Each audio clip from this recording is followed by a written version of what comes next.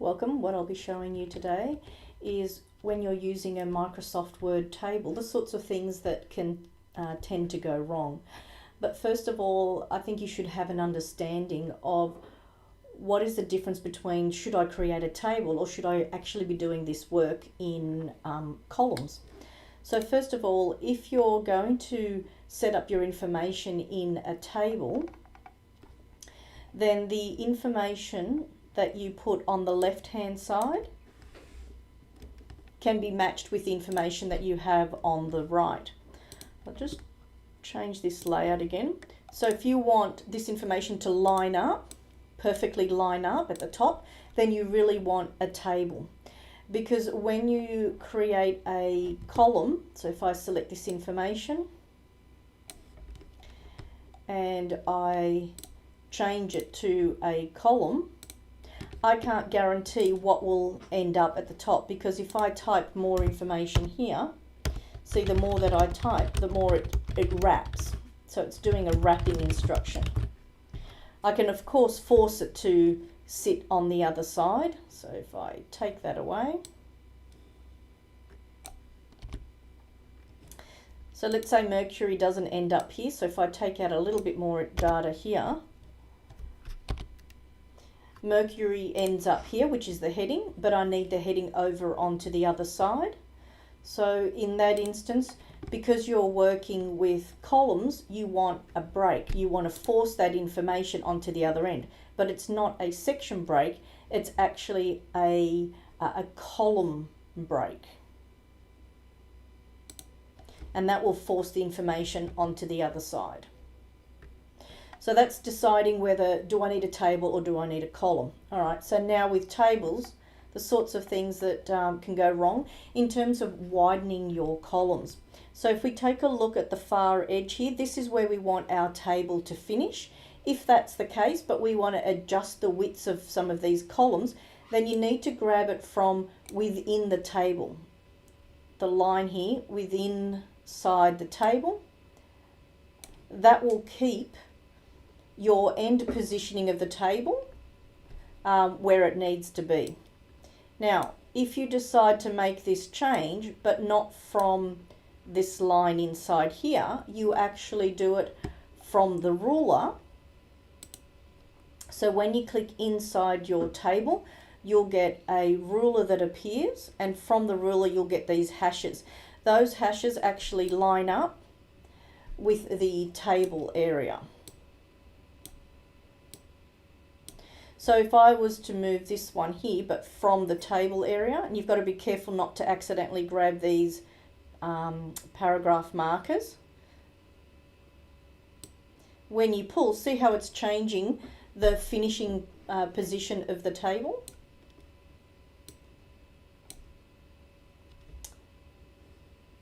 So there is a difference between playing with the markers from the ruler to change the column width as opposed to playing inside. So that's one of the things that people tend to struggle with. Another thing is aligning your text inside a table. So if I select these heading areas across here, once you're in a table, you'll get table design and table layout. So you'll find everything that you need in either of those two tabs. In the layout tab, that's where you can find all of your alignment options. So at the moment, everything's aligned top left.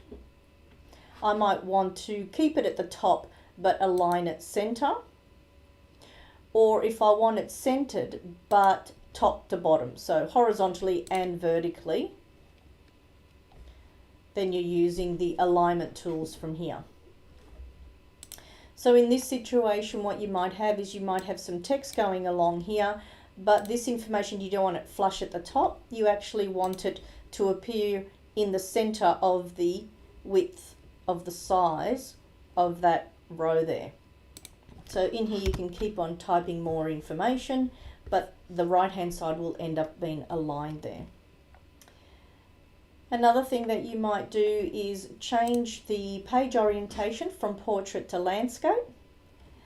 So once you've changed it from portrait to landscape, you might end up having two tables. One table here you might have some text in between the table and then another table on the other end. To understand what's going on, you can always turn on the show hide symbol, and this will help you to see exactly what's going on.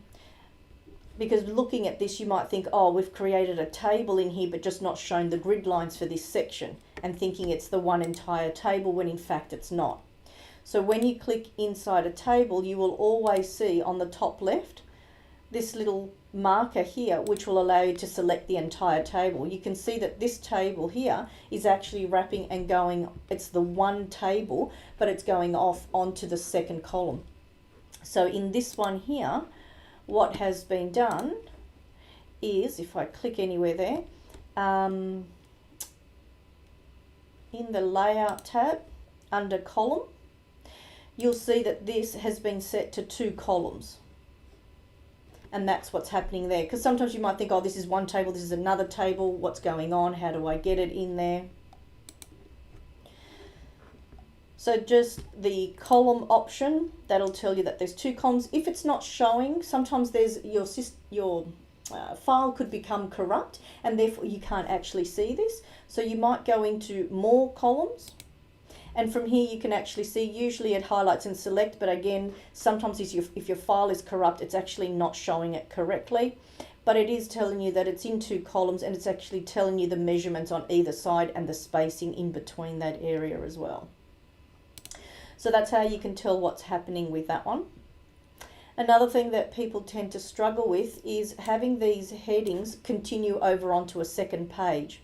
So what I'm going to do now is actually change it back to a single column. So this table now expands and it goes over onto the second, but by the time it gets to the second, what I've seen people do is take a copy of the heading and reapply it on the top of the next one here. But realistically, the best way to continue the headings is to make sure your cursor's in the top section here for the heading. When you come to the layout tab, there's an option here for repeat header rows. So now when you roll down, it will repeat. So if I was to type some more information in here, so tab, and see how I've ended up in here, or maybe I'll insert a row.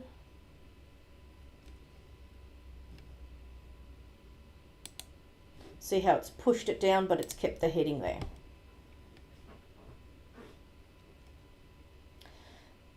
So that's what you want to do if you want to continue them going across. So there's some of the things that tend to go wrong with tables, or that people struggle. The first thing you really want to do is turn on this symbol, because this is going to tell you if there are any page breaks, section breaks, what kind of breaks they are. That will give you a lot of information about what's going on and where the text is. Hopefully that's given you a little bit of insight into some of the things that can happen with our tables. Thank you for joining me. I hope you enjoyed that video by AZ Solutions. Subscribe for further learning or join one of our virtual training sessions.